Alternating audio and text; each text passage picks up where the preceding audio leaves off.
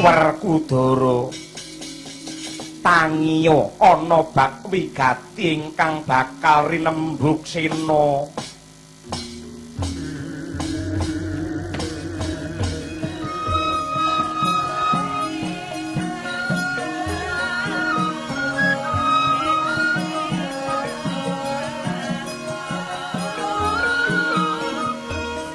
mangsut narimeng kabudine kang ing awane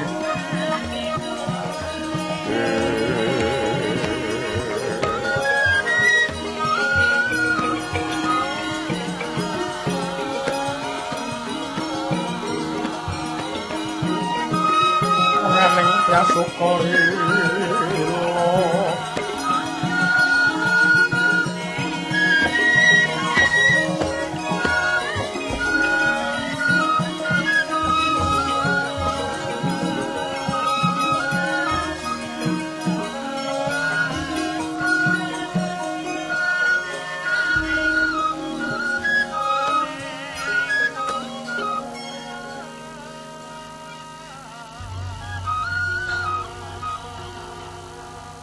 lir sapada tumiling hangulati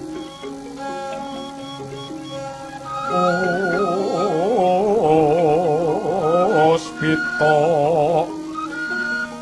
metemindah kang warni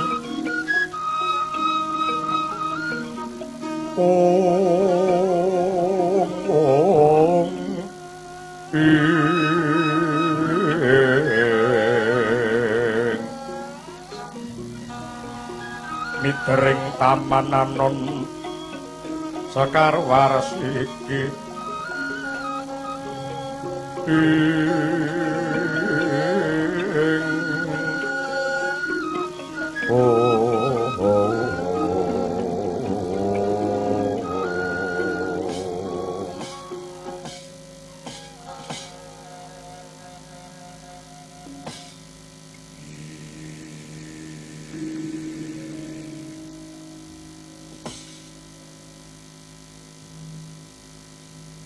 ndak waspadake iki Bathara Guru sing rawuh aku ngaturake pambagi Werkudara apa ora kleru kang dadi atur kita pakeme titah mono yen ketemu kelawan dewa kuwi nyembah ora mung mbagekake sena dasare apa menungsa kok kudu nyembah karo dewa sebab ing bab derajat dewa luwih luhur tinimbang menungsa kok bisa dewa derajate luwih luhur tinimbang menungsa winalare piye merga dewa luwih tuwa lan luwih dhisik mapan ana ing jagat rami Gusti aku tak takon Ukulun Bathara Guru ki putrane sapa ulun atmajane Sang Hyang Tunggal mongko manut sara silah sing tak ngerteni Sang Hyang Tunggal mono putrane Sang Hyang Wenang Hyang Wenang putrane Sang Hyang Nurrasa Nurrasa putrane Sang Hyang Nur Cahya Nur Cahya putrane Nabi Sis Nabi Sis kuwi turune Nabi Adam saiki aku tak takon Nabi Adam kuwi menungsa apa dewa menungsa yen ngono menungsa karo dewa ki tuwek endi cilaka iki le ngalurne iki piye kok iso wayang tekan Nabi Adam beh ora wong pinter renek Werkudara Werkudara nadyan mangkono yen kita ora nyembah marang ulun tegese Werkudara wis ninggal tata krama lan ora gelem ngajeni karo dewa. Apa carane nanduke tata krama lan ngurmati kudu nyembah? Bedahe apa nyembah deku-deku lamun to batine ngetungi biti. Pun bukulun rembug sanese mawon. Napa butuhe ndang didhawuhke rembukan karo Werkudara nek pliket men. Ora ana menangi bukulun. Bratasena ana bab wigati kang bakal ulun takonake magepokan klawan anggon kita tapa tumumpang banyu aneng kali Serayu kene sing nduk gayuh apa Werkudara dewa ki jare Waskita ning yogine kok malah takon karo titahe kudune panjenengamu wis prisa marang lelakon iki nadyan ulun wis prisa nanging adile wong takon ngono kudu diwangsuli yen pancen wis prisa kenapa kok dadak takon saiki ngene Werkudara aku ngrumangsani dadi dewa sing bodho lan ora waskita kowe tapa ngambang aneng kali Serayu kene iki perlumu apa jlentrehna aku gayuh sih kanugrahaning Gusti kanggo srana kamulyaning kawula Ngamarta kang ripat iki kena bebendu prahara bumi banjir bandang gunung jebluk lan lindu prakempo Werkudara nanging yogine gayuh kanugrahan kok patrapmu kaya mengkono ketitik tapa tumumpang banyu ana kali Serayu wong manembah mono supaya bisa manteng ciptane kudu golek papan sing mahanani rasa tentrem mongko kali Serayu iki papane nentremake rasa beningke pikir mula aku milih mapan ana ing kene Sena sanadyan kaya mangkono patrapmu wing ngrugekake marang titah Maragagi Sawangen kita tapa bendung ilining banyu mahanane banyu balik ngelepi marang wewengkon Ngastina Werkudara kena golek kamulyaning kawulamu Ngamarta nanging aja nganti ngrugekke negara liya sing jarak gawe perkara kiwa Ngastina ketitik banyu saka Ngastina kang dilekake marang kali Cingcing Guling banjur playune banyu dibuang ning kali Serayu satemah laladan Ngamarta saben taun kelepan banyu kiriman saka Ngastina yen ana lakon kaya ngene iki jajal pikiran sing kleru ki Pandhawa apa Kurawa nanging nyatane patrapmu iki mahanani horking jagat dina iki para jim setan priprayangan lan sak piturute padha sambat kepanasan merga anggonmu puji dikir ngagungake asmaning Gusti Werkudara Limawang mangkunta kumpul patang ketikang sayang gongkara kadani Rama bak mabit mulat banghaling ahlingu sesumbar manguwuh minta lawan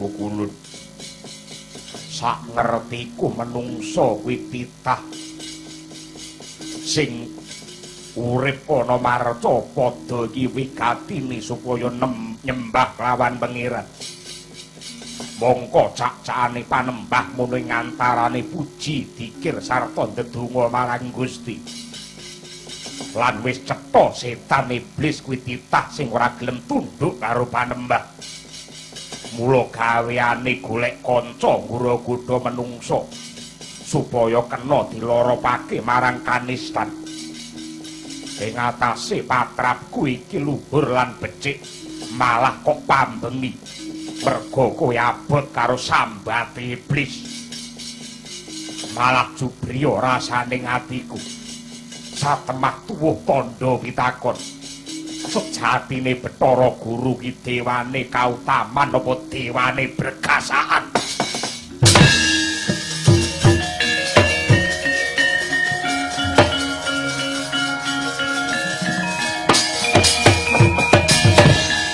Werkudara patrapmu tanpa beda karo gerangamu mbiyen bapakmu mbiyen Cumantaka wani nitih Lembu Andini titian ulur lah kok saiki diturun karo anake Panenggak wani ninggal tata krama nyentolani kelawan kersane dewa yen pancen kaya mengkono Ripalungguhan iki wis sak trepe lamun ta Werkudara kudu nampa paukuman. Yama Dipati jablen Werkudara cemplung Nanaya Maniloka.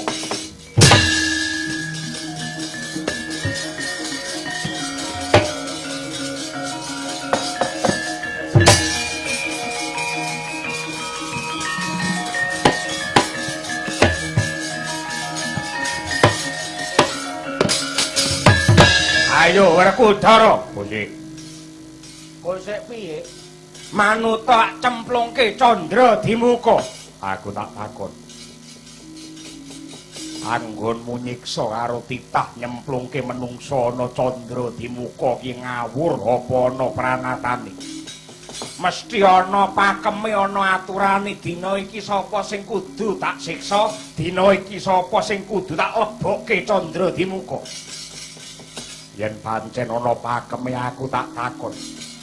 Manut pakemmu dina iki Werkudara kudune nyemplung ana neraka jahanam apa ora? Ya pancen ora ana tulisan sing kaya ngono. Yen dina iki kowe nyemplungke aku tegese patrapmu ki ninggal karo pakemmu dhewe apa ora? Cerewet kowe. Ayo melu aku.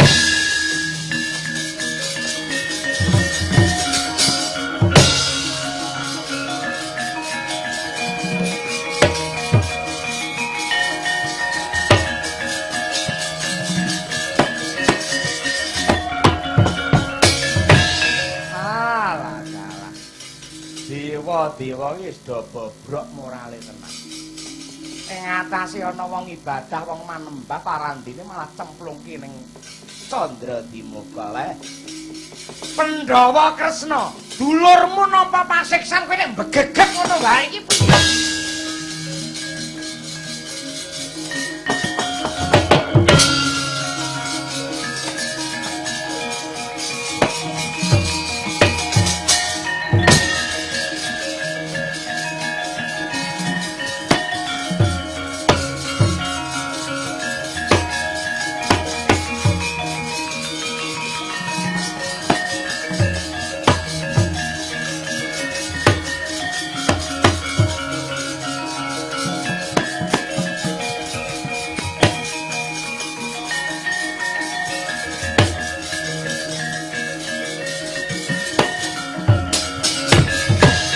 Narpati Darma Putra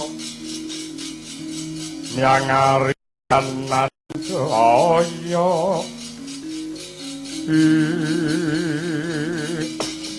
ngaturaken kawilujengan Bu Ulun. Bekti kula konjuk Bu Ulun. Perkara bagi binage ketemu mburi Punta kelawan Kresna. Jare Pandhawa ki ngibarate ndok sak petarangan, mukti siji mukti kabeh, mati siji kabeh mbelani. Ning nyatane ngerti dulurmu nandhang sangsaya kowe kok mung meneng wae iki karepmu piye? Punta.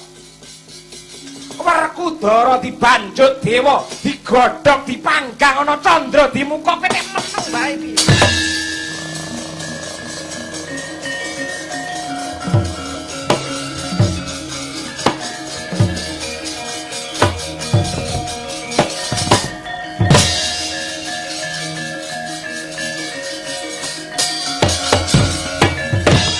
Kresna ki jare socaning rat abaring jagat.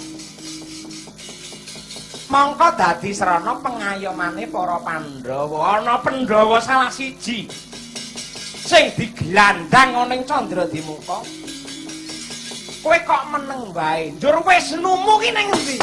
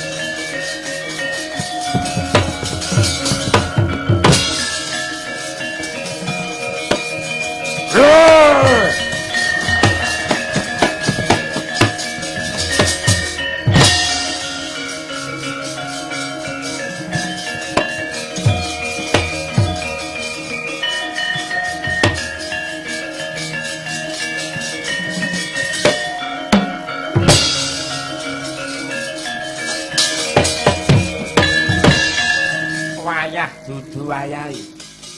Ana buta putih sak gunung munggah repat kepanasan. Sopo? Takon marang aku Dewa Amra. Kowe jenengmu sapa, Bathara Indra? Oh, kowe arep nyepelake lan gojek karo dewa. Ora minggat dadi ndok pengamun-amun cerewet.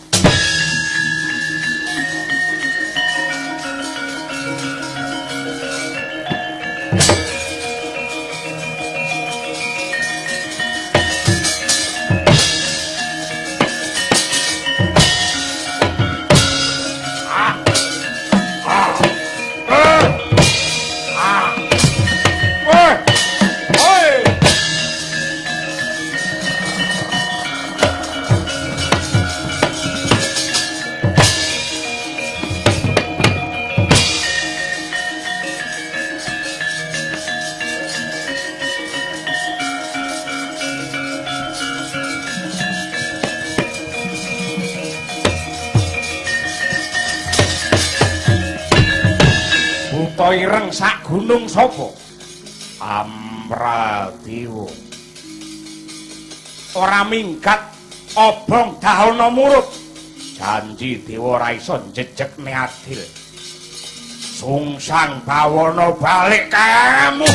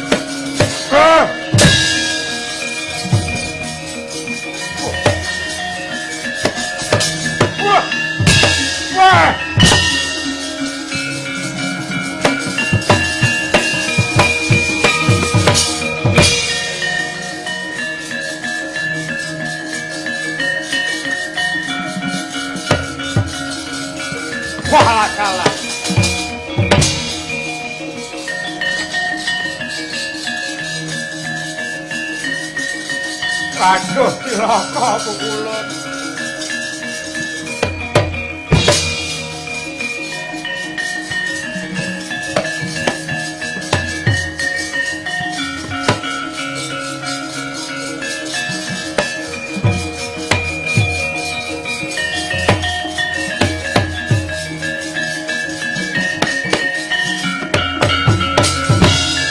Kapang muaran tenabet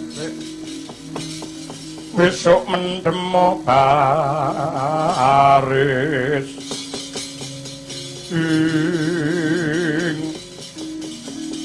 sumengko anggonmu Praptoyama Dipati ana pari gawe apa? Waduh, ngaturaken ketiwasan pamandu ulun. Yemunipun anggen jengandika nyiksa dumateng Werkudara cinemplungaken wonten candra dimuka.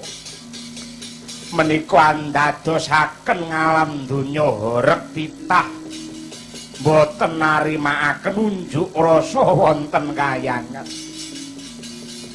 Dinten samangke ing repat kepanasan wonten buta kalih Dewa Amra lan Amradewa ingkang ngamuk punggung. Dewa jumangkah tarandine mboten mangga puliya.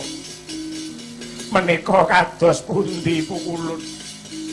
Kula kinten menawi jengandika mboten sambat kalian Werkudara jagat menika remuk bubuk pukulun.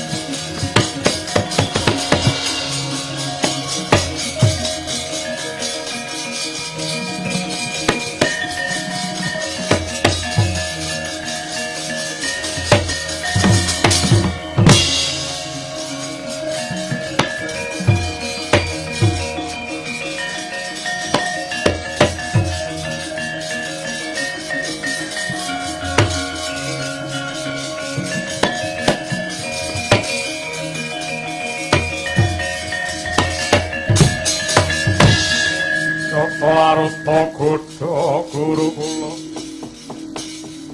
Entanamutusa sang Sri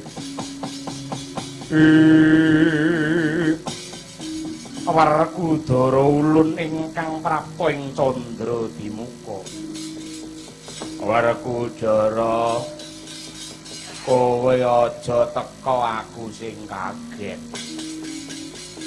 Werkudara ing atase digodhog geni mumpal-mumpal. Parandene ibarate emas kok malah kaya disepuh. Ana parigawe apa? Ripalungguhan iki agung kang dadi pangaksama ulun. Ripalungguhan iki damar mancung cupet teka semene anggon ulun nyiksa kelawan jeneng kita Werkudara. Werkudara mentasa saka Candra Dimuka nanging ana sarate.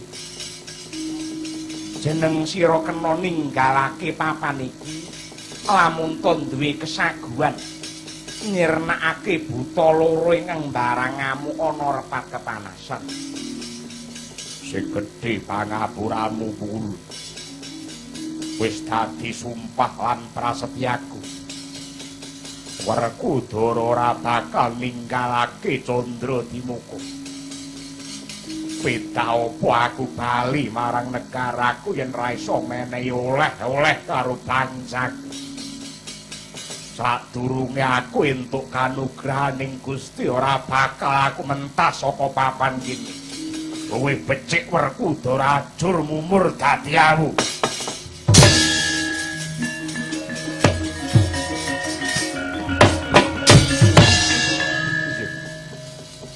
Samune wis kinodrat dening Hyang Agung Sina. Wis tetela lamun to Ripalungguhan iki jeneng kita trep nampa kanugrahan ingkang sinebut Wahyu Jatmika Retna. Jatmika tegese sampurnaning panembah. Dewa dene Retna kuwi kamulyan kang babar kaendahan lan pepadang. Putuhe tembung Jatmika Retna yekti kanugrahan saka Gusti awit sampurnaning panembah ingkang awujud cahya kamulyan satemah ambabar pepadang lan kaendahan. Ora ana ingkang trep nampa kanugrahan iki kejaba sira Sena.